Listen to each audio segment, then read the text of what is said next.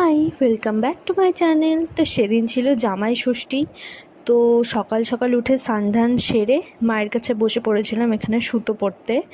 তো মার তো সেই ভোরবেলায় পুজো হয়ে গেছে, পুজো টুজো করে চলে এসছে। তারপর এখানে বসে পড়েছিলাম পাখার জল, তারপর হচ্ছে টিপ পড়তে, দইয়ের ফোঁটা। তোমরা কে কে এরকম পড়ো সবাই জানিও। তো এই তো পড়ে নিয়েছিলাম, কিন্তু ছোটোবেলার মতো সেই মজাটা আর হয় না। তারপর মা এখানে একটা আম দিয়ে দিয়েছিলো, বলছিলো এটা খেতে হয় নাকি, তো যতটুকু খাবি খা, নাহলে ফেলে দিস। তো তারপর এখানে মা ফল দিচ্ছিলো, তো আমি কোনোটাই নিইনি, আমার যেটা ফেভারিট তার মধ্যে সেটা নিয়ে নিয়েছিলাম।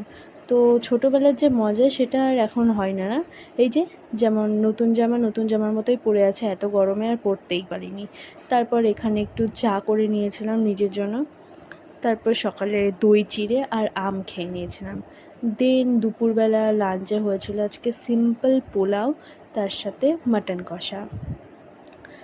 তো এই তো তারপরে ঘুমিয়ে গেছিলাম। তো ঘুম থেকে উঠে কি করব ছাদে চলে গেলাম।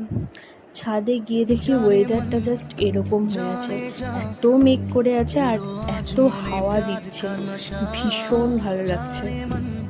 তো এই তো এরকম হাওয়া খেতে খেতে সময় চলে গেল। তারপর দেখি কিছুক্ষণ পর ওয়েদারটা আরও বেশি খারাপ হয়ে গেল। তো বেলকনির দিকে গেলাম, গিয়ে এই তো দেখতে পাচ্ছ তোমরা, এত হাওয়া, একদিকে আলো একদিকে মেঘলা, কি আর বলি।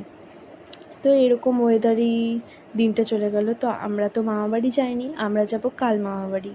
তো কেন যাব সেটারও একটা কারণ আছে। তো কেমন লাগলো ভিডিওটা অবশ্যই জানিও। ওকে, বাই।